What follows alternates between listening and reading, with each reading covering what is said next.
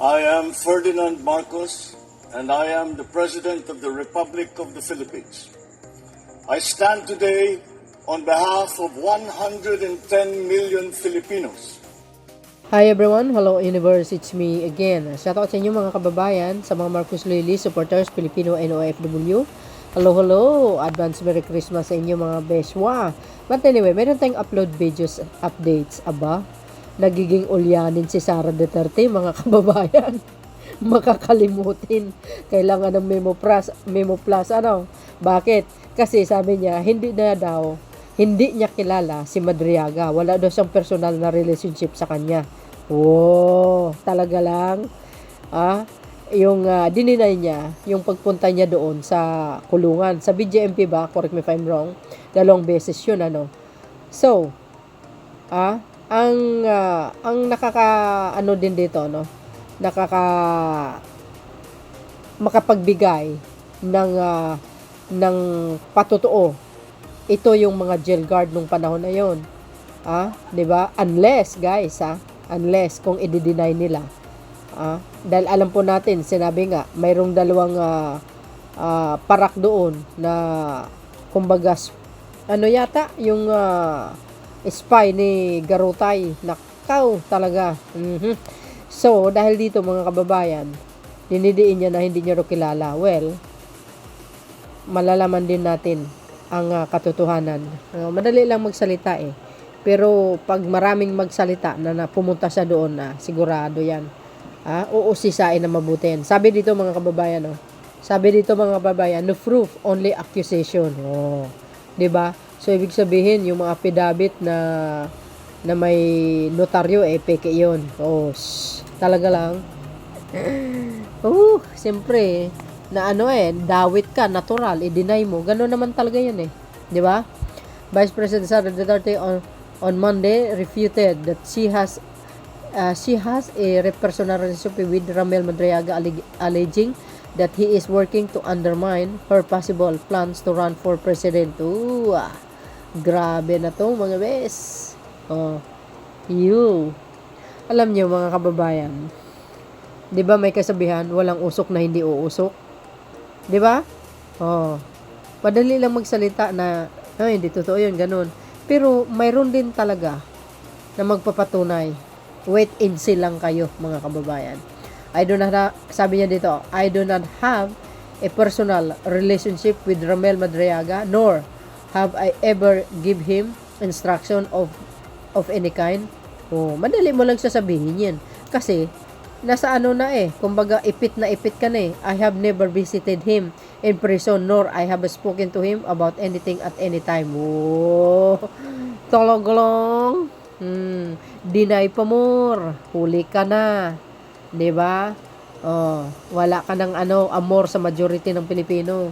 Kilala ng mga ugali nyo. Ikaw pa naman din, mamatay tao ka eh. 'Di ba? Paano mo ititreat ang pangulo? The photographs he submitted are unrelated images taken during public events where I was present. Di ba? Puro ka deny. Alam nyo guys, ang mga gumagawa ng pagkakasala, todo deny yan. Lalo na po, naipit na sila, puro kapit sa patalim. He is now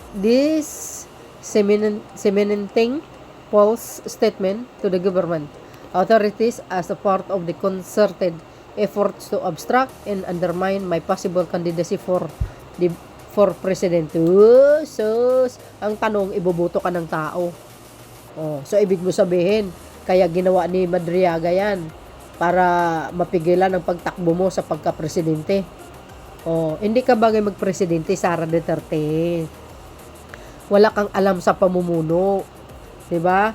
Yung confidential fund mo nga, hindi mo kayang ipaliwanag eh. 'Di ba? Magpe-presidente ka, yung DepEd nga kulilat eh.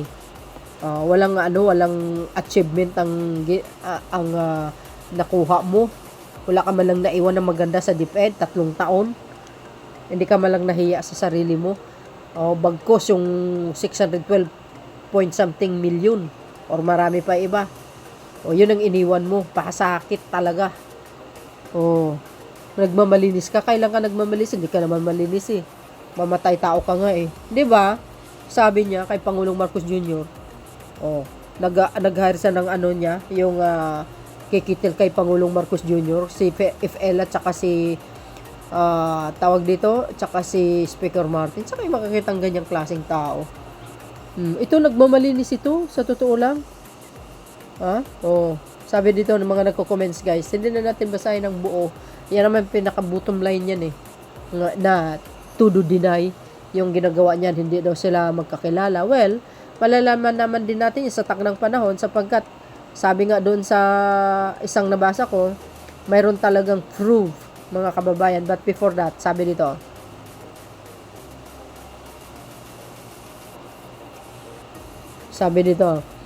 so why visiting him in jail during late night? O, di ba? Defend the accusation in court, not in social media. Exactly. Tama yun. O, ang tanong, bakit mo binisita doon sa BGMP? Sa jail? Anong sadya mo? O, yun. No amount of denial will erase the truth. Sus Maria Josep. Pagdating sa mga Duterte, yung katotohanan, magiging ano yun guys, invalid. Hindi na valid. Invalid sa kanila. Kahit totoo, sasabihin nila, fake yan. O, di ba? Kasi nasasangkot sila sa issue na yan. Ganun naman yun eh. Pag may ginawa ka ng pagkakamali, to-do deny ka. Subukan mo, malinis ang pagkatao mo, hindi ka magdi-deny. 'Di ba? Kusa ka eh. Ayos eh. Hindi lang kusa, walang walang lalabas na tao para witness sa mga kalukuhan na ginagawa mo. Wala as in. Pero dahil may ginawa kang katarantaduhan nung panahon na yun, ayun, lumabas ang isang whistleblower. O 'di ba? Kung mabait ka ba naman na tao, okay naman ang career mo. So, do you think may tao pang lalabas para ipagkanulo ka? Of course, wala. 'Di ba? Pero dahil may ginawa kang kalukuhan, yun. O, 'di ba? So, ibig sabihin, yung lahat ng sinabi ni Madriaga, gawa-gawa lang. Bakit parang talagang solid, no? Yung kanyang mga salaysay. Walang, yun ang maganda. Oh, the next President of the Philippines, sagay. Hindi nga bawal nga magpresidente yan. Kulilat yan. Maniwala ka. Mas kawawa yan pag naging pangulo. Hindi uupo yan. Hindi aabot ng isang buwan yan. Maniwala kayo. Mapapatalsik yan. Mark my word. Your words contradict the evidence to be presented. Truth shall prevail. Oh, di ba? Siyempre, at least, si Madriaga, talagang yung salaysay niya, ganda ng mga salaysay niya, pawang katotohanan lang. Hindi naman basta niya gawa-gawa yun. O yan, ginawa niyo kasing si Raulo. Kumbaga, uto-uto si Madriaga, ina-abandon nyo. O di ngayon, kayo napahamak tuloy. Di ba? Kaya, darating mga araw, malalaman natin ang katotohanan. Deny all you want, evidence are overwhelming. Yes, that's correct. Prove your innocence when the time comes at the appropriate forum, not on social media. That's correct. Pumunta ka sa korte, doon mo sagutin ang mga paratang laban sa iyo. Madaling magsabi na hindi totoo sa social media. Yun nga ang sinasabi ko, di ba guys? Oh, alam niyo yan eh. Ang tigas kasi ng mukha nitong magkapatid na Duterte, bakit kanyo? Pag sinasabi, pumunta kayo ganito sa NBI, so alam niyo, tumatanggi sila. Oh, tumatanggi sila eh. Hindi sila pumuputol. Ginawa ni Pulong. Pupunta sa ICI. Anong ginawa? Ginawa sa ICI. Grabe. Pinipintasan niya pa kamo. Minamak niya pa. Oh, ganun sila kalala. Malala yung utak nila. Katwirin nila wala daw jurisdiction. Ano yun? Ano ibig sabihin? Hindi ka ba naman si Raulo, di ba? Pinapatawag ka ng ICI tapos hindi ka sumipot. Sila ang above the law. 'Di ba? Ganun din ginawa ng papa niya. Kaya nga pag naging presidente si Duterte, sinabi ko sa inyo, walang mangyayari sa bansa ito, puro patayan na lang. Tama 'yon. O yan, expect more criticism para sirain ka. Walang naninira. Siya ang sumira sa sarili niya. Huwag kang epal. Ganun lang 'yun eh. O tapos sabi dito guys, dito ng DCMM Teleradio. Basahin kopya ng liham na pinadala ng legal counsel ng dating aide ni BP Sara Duterte na si Ramel Madriaga sa NBI para humiling na sa ilalim ng forensic investigation ang mga cellphone nito. Yes. Naglalaman umano ang mga cellphone ni Madriaga ng ebidensya na totoo ang mga paratang nito laban kay Sara Duterte. Yes, sana hindi na mabura. Dapat ang ginawa ni Madriaga, screenshot niya kaagad tapos ipiprint, di ba? Para mas safe yung mga yung mga kunbo. O ayan sabi ng DCMM Teleradyo. Wow. Ito sabi dito guys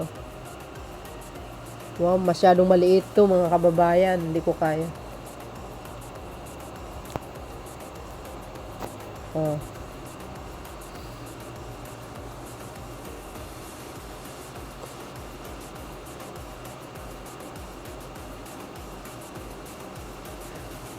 Oh, yan ito yung 'di ba? Ito yung liham na ipinadala ng legal counsel ni ni Madriaga. Yan po 'yan Kita nyo?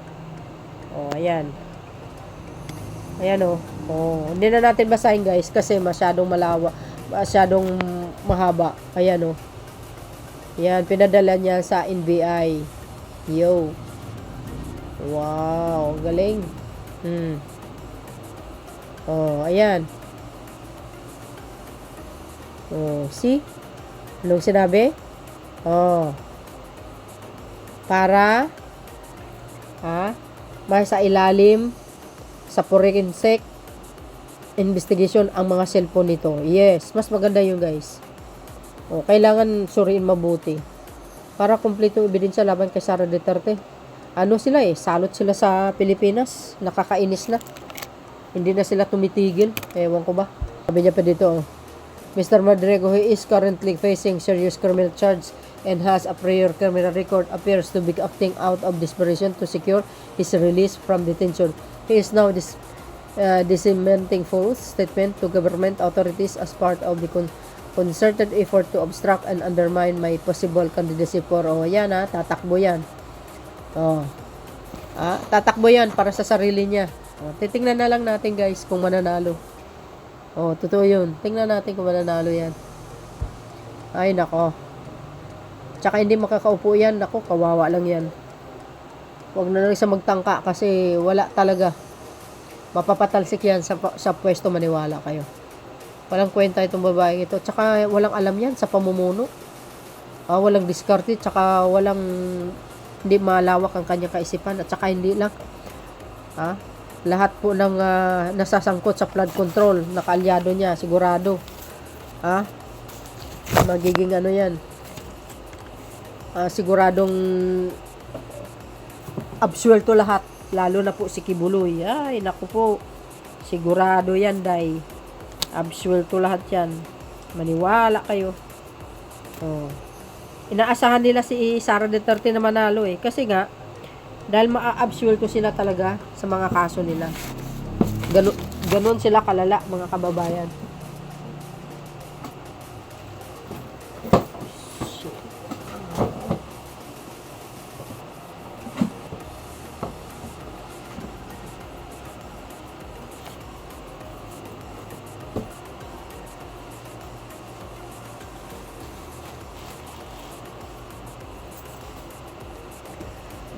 So, yun mga best. Ano po ang kapalagayan nyo? See you again guys on my next upload. Bye bye bye and baboos. God bless Philippines.